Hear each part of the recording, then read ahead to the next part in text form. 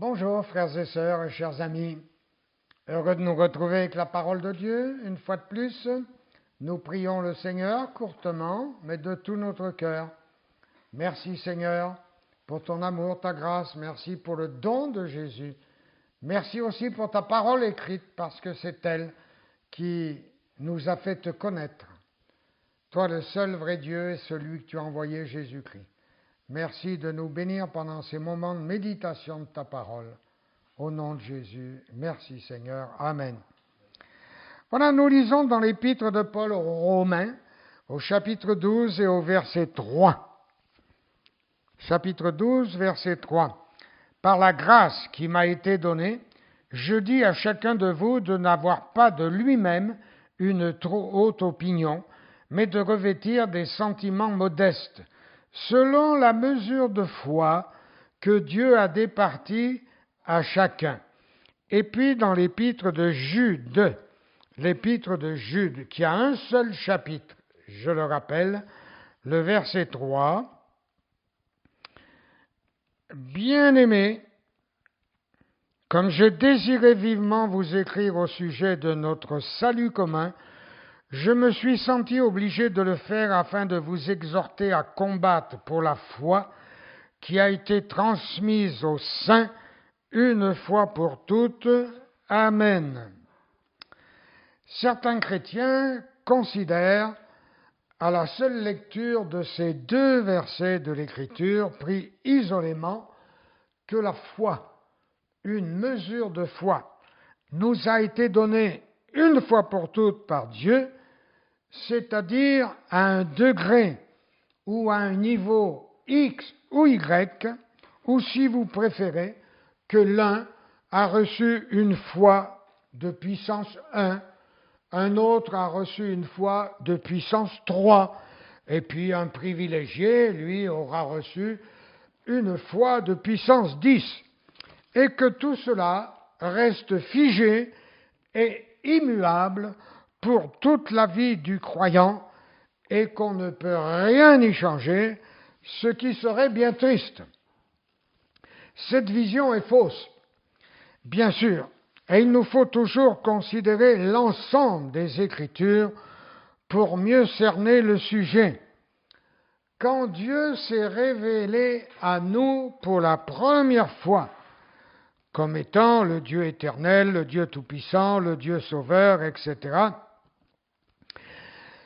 eh bien, il a déposé dans nos cœurs la graine de la foi dans son principe, le principe de la foi, qui est, si vous voulez, un sixième sens.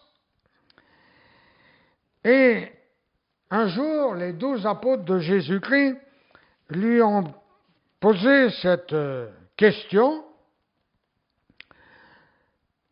Luc chapitre 17, verset 5, « Augmente-nous la foi.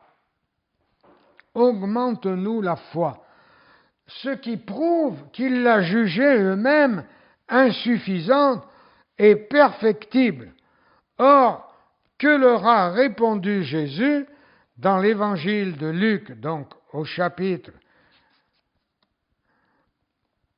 17 et verset 5, chapitre 17, verset 5, Jésus répondit, « Si vous aviez de la foi comme un grain de sénévé, vous diriez à ce sycomore, déracine-toi et plante-toi dans la mer, et il vous obéirait. » Et ce n'est pas par hasard que Jésus a cité le grain de sénévé, mais c'est avec intention, et pour nous conduire dans l'évangile de Matthieu au chapitre 13.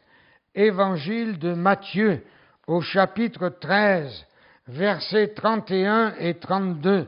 Jésus leur proposa une autre parabole et il dit, « Le royaume des cieux est semblable à un grain de sénévé qu'un homme a pris et semé dans son champ. C'est la plus petite de toutes les semences, dit Jésus.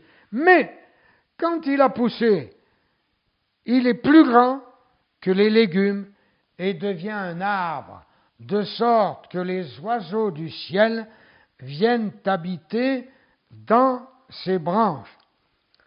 C'est la plus petite de toutes les semences. Et cependant, quand il a poussé et grandi, jusqu'à devenir un arbre avec plein de branches, il abrite les oiseaux du ciel. Notre foi doit donc pousser et grandir comme tous les autres dons, talents, grâces que Dieu nous accorde. Thomas, l'un des 12, qui avait côtoyé Jésus pendant 3 ans environ, et qui avait entendu plus de 1000 sermons, plus que Jésus prêchait tous les jours, et parfois plusieurs fois par jour. Et les messages de Jésus étaient d'une qualité extraordinaire.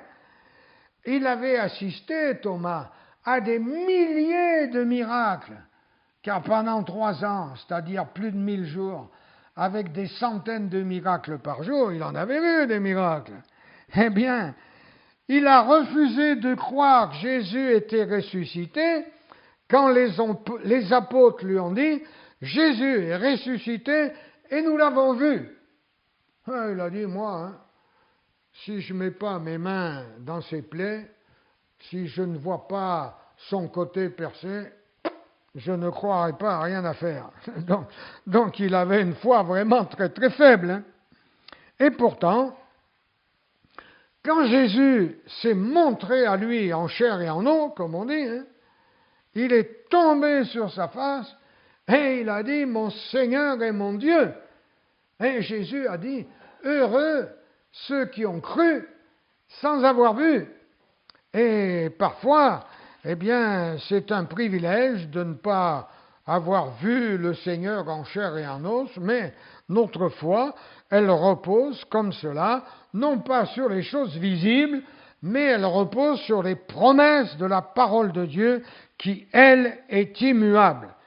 Lorsque l'apôtre Pierre, confronté à quelques femmes qui l'accusèrent d'être un disciple de Jésus-Christ, sa foi a été vraiment très faible, puisqu'il a renié son maître à 3 reprises.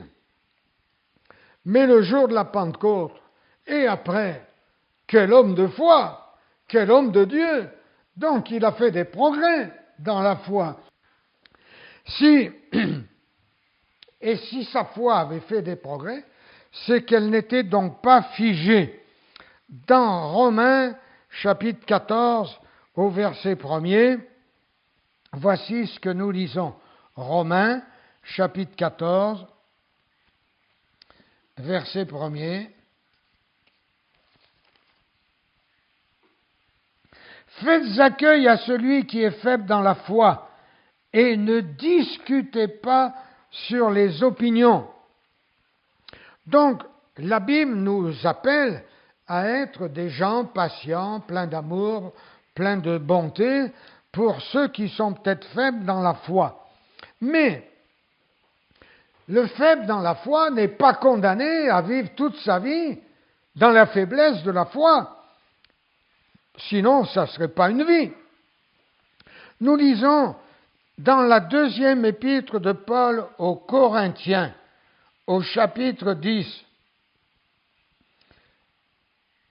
et au verset 15. Ce n'est pas hors de toute mesure, ce n'est pas des travaux d'autrui que nous nous glorifions, mais c'est avec l'espérance. Si votre foi augmente, de grandir encore parmi vous. Donc si votre foi augmente, c'est donc possible. Nous allons maintenant dans la première aux Thessaloniciens. Première aux Thessaloniciens. Au chapitre 3 et au verset 10. Nuit et jour, nous prions Dieu avec une extrême ardeur de nous permettre de vous voir et de compléter ce qui manque à votre foi. Compléter, ça veut dire ajouter. Donc, quand on complète ou quand on ajoute, ça veut dire qu'on augmente. Ça veut dire qu'on grandit. Voilà. Maintenant, dans la deuxième aux Thessaloniciens,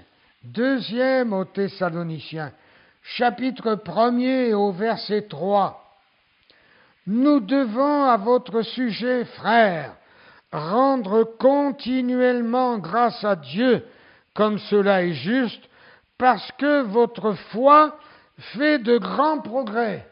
Tiens. Je croyais qu'il y avait un degré de foi départi une fois pour toutes. Ouais. Bon, c'est le principe de la foi que nous avons reçu une fois pour toutes. Donc, votre foi fait de grands progrès et même leur charité augmente, il est dit. Et que la charité de chacun de vous à tous égards, à l'égard des autres, augmente de plus en plus. C'est ce que je vous disais tout à l'heure. Il n'y a pas que la foi, mais tous les dons que Dieu nous a donnés, tout ce que Dieu nous a donné, toutes les grâces, tous les talents, tout cela, ça doit progresser, grandir et augmenter. Et au chapitre 1er et au verset 8 de l'Épître aux Romains, donc nous revenons s'il vous plaît dans les Romains, au chapitre 1er et au verset 8. Voilà ce que nous lisons. Je rends d'abord grâce à mon Dieu par Jésus-Christ au sujet de vous tous, de ce que votre foi est renommée dans le monde entier. Or, je rappelle que Paul s'adresse à toute une église. L'épître aux Romains, à l'ensemble des croyants qui sont à Rome. Il ne s'adresse pas au pasteur ou à quelqu'un de privilégié qui a une foi extraordinaire, mais il s'adresse à toute l'Église. Et il nous dit que cette Église a une foi qui est renommée dans le monde entier, connue à l'époque. Donc cette foi, elle s'est propagée. Et il est bien dit au sujet de vous tous. Ce n'est donc pas quelqu'un d'isolé ou quelques personnes. Et c'est une foi qui est solide et louable. Même s'il y avait quelques faibles. Et comme pour les Romains, Paul a entendu parler de la foi des Éphésiens. Donc maintenant, nous allons chez les Éphésiens, au chapitre 1er et au verset 15. Éphésiens 1er, verset 15. C'est pourquoi moi aussi, Paul, ayant entendu parler de votre foi au Seigneur Jésus et de votre charité pour tous les saints, je ne cesse de rendre grâce pour vous, faisant mention de vous dans mes prières. Et également, il a entendu parler de la foi des Colossiens, chapitre 1er, versets 3 et 4. Colossiens, chapitre 1er, versets 3 et 4.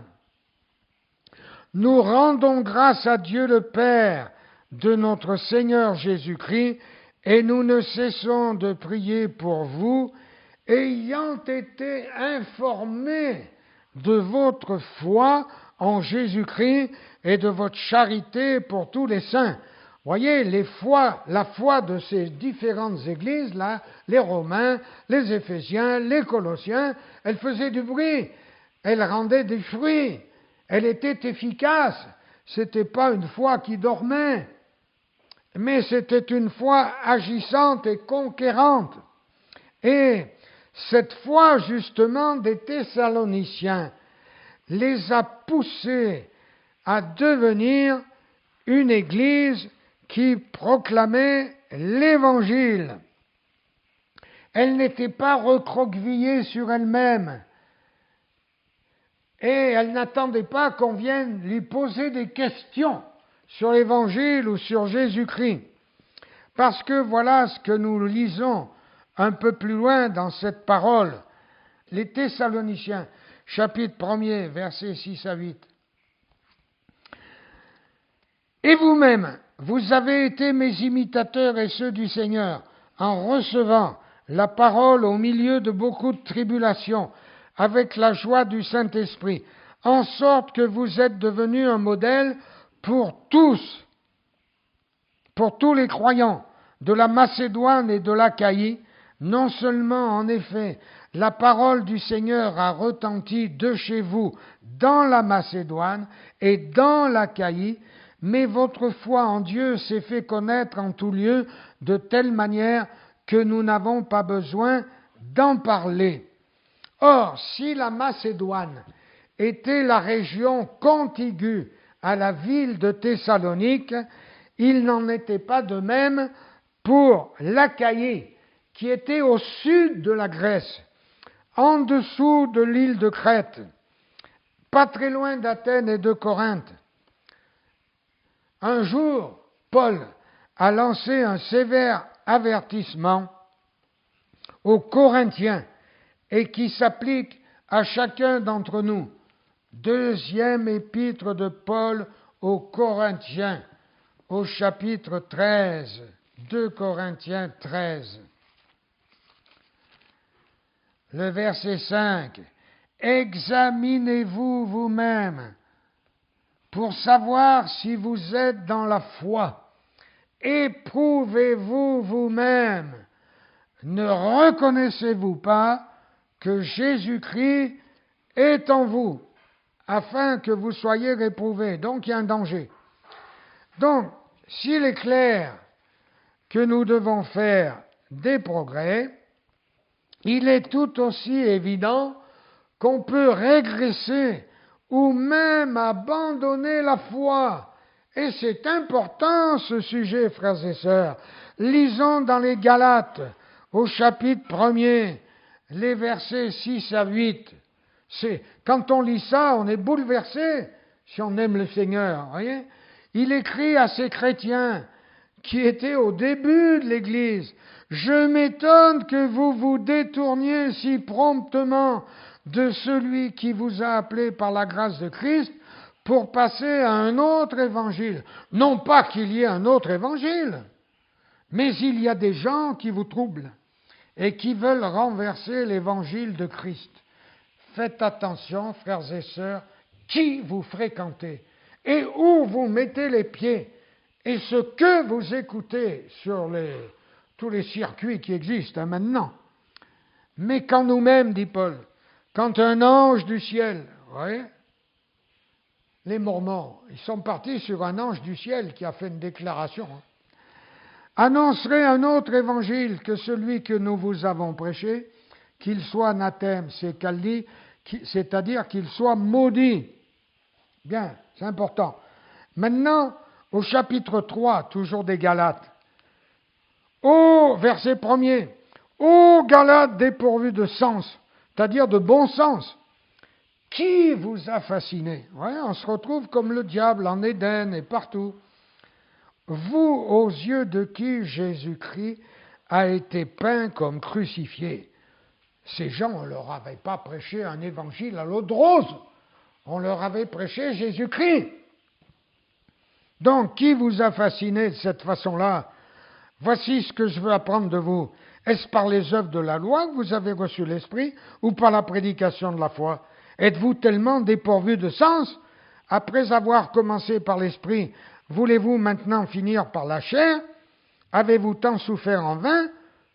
Si toutefois c'est en vain, celui qui vous accorde l'Esprit et qui opère des miracles parmi vous, le fait-il donc par les œuvres de la loi ou par la prédication de la foi? Oui, ça c'est très important. Et au chapitre 5 et au verset 4 à 10, vous êtes séparés de Christ, vous tous qui cherchez la justification dans la loi, c'est-à-dire par les œuvres, par les œuvres. Ah, mais moi je fais ci, moi je fais ça, puis j'ai fait ci, j'ai fait ça.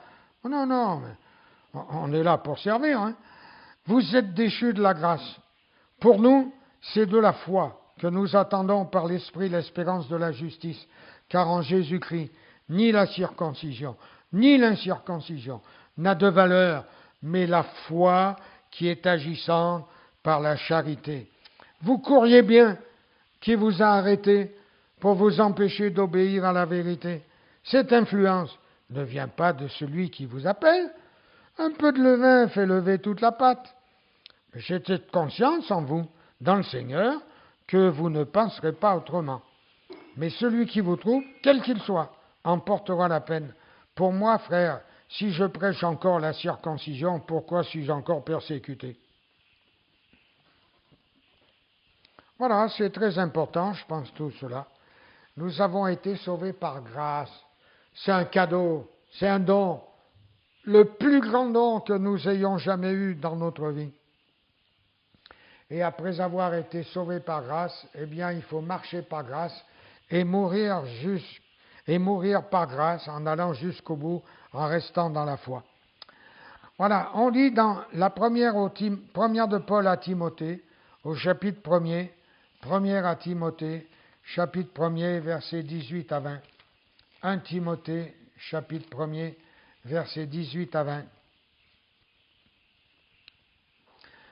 Le commandement que je t'adresse, Timothée, mon enfant, selon les prophéties faites précédemment à ton sujet, c'est que d'après elles, tu combattes le bon combat, en gardant la foi et une bonne conscience. Cette conscience, quelques-uns l'ont perdue, et ils ont fait naufrage par rapport à la foi. Donc, vous voyez, si elle était figée une fois pour toutes, ils n'auraient pas fait naufrage. Hein. Mais, voilà, ils ont régressé. De ce nombre sont Hyménée et Alexandre que j'ai livrés à Satan, afin qu'ils apprennent à ne pas blasphémer. 1 Timothée, chapitre 4, versets 1 et 2. Mais l'Esprit de Dieu dit expressément que dans les derniers jours, et nous y sommes à pieds joints, quelques-uns abandonneront la foi pour s'attacher à des esprits séducteurs et à des doctrines de démons, par l'hypocrisie de faux docteurs et portant la marque de la flétrissure dans leur propre conscience. 2 Timothée, chapitre 4, versets 9 et 10. Viens au plus tôt vers moi, car Démas m'a abandonné par amour pour le siècle présent. Et il est parti pour Thessalonique. Hein? S'il a abandonné l'apôtre Paul, c'est qu'il a d'abord abandonné Dieu, c'est qu'il a d'abord abandonné la foi, et pour retourner dans le monde. Hein? Quelquefois, j'ai entendu dire des chrétiens, ah, on était plus heureux dans le monde. Mais comme les Hébreux, on était mis en Égypte. Ah, on était mis en Égypte. Là-bas, il y avait des concombres, tu parles. Enfin, voici pour nous aider les uns les autres 2 textes fort encourageants dans l'Épître aux Hébreux, au chapitre 6, les versets 7 à 12. Hébreux 6, versets 7 à 12. Lorsqu'une terre, c'est-à-dire un cœur, est abreuvée par la pluie du Seigneur qui tombe souvent sur elle et qu'elle produit une herbe utile, donc des fruits, à ceux pour qui elle est cultivée, pour le royaume de Dieu, pour Dieu lui-même, pour Jésus-Christ. Ce cœur participe à la bénédiction de Dieu. Mais si ce cœur produit des épines et des chardons, il est réprouvé et prêt d'être maudit, et on finit par y mettre le feu. Quoique nous parlions ainsi, bien-aimés, nous attendons, voilà, il est dans la foi, Paul, pour ce qui vous concerne, des choses meilleures et favorables au salut. Car Dieu n'est pas injuste pour oublier votre travail et l'amour que vous avez montré pour son nom, ayant rendu et rendant encore des services aux saints. Nous désirons que chacun de vous montre le même zèle pour conserver jusqu'à la fin une pleine espérance, en sorte que vous ne vous relâchiez point et que vous imitiez ceux qui, par la foi et la persévérance, héritent des promesses. Et un dernier texte, toujours dans les Hébreux, au chapitre 10, et à partir du verset 35, « N'abandonnez pas votre assurance, à laquelle est attachée une grande rémunération, car vous avez besoin de persévérance, afin qu'après avoir accompli la volonté de Dieu, vous obteniez ce qui vous est promis. Encore un peu de temps. 6 mois, 2 ans, 3 ans, on n'en sait rien. encore un peu de temps. Celui qui doit venir viendra, et il ne tardera pas. Et mon juste, c'est-à-dire vous et moi, vivra par la foi. Mais s'il se retire, donc ça a été le cas de Démas, d'Alexandre et d'autres, mais s'il se retire, mon âme ne prend pas plaisir en lui. En tout cas, nous, dit Paul, nous ne sommes pas de ceux qui se retirent pour se perdre, mais de ceux qui ont la foi pour sauver leur âme. Que Dieu nous bénisse richement les uns et les autres et nous garde fidèles jusqu'au bout. Amen.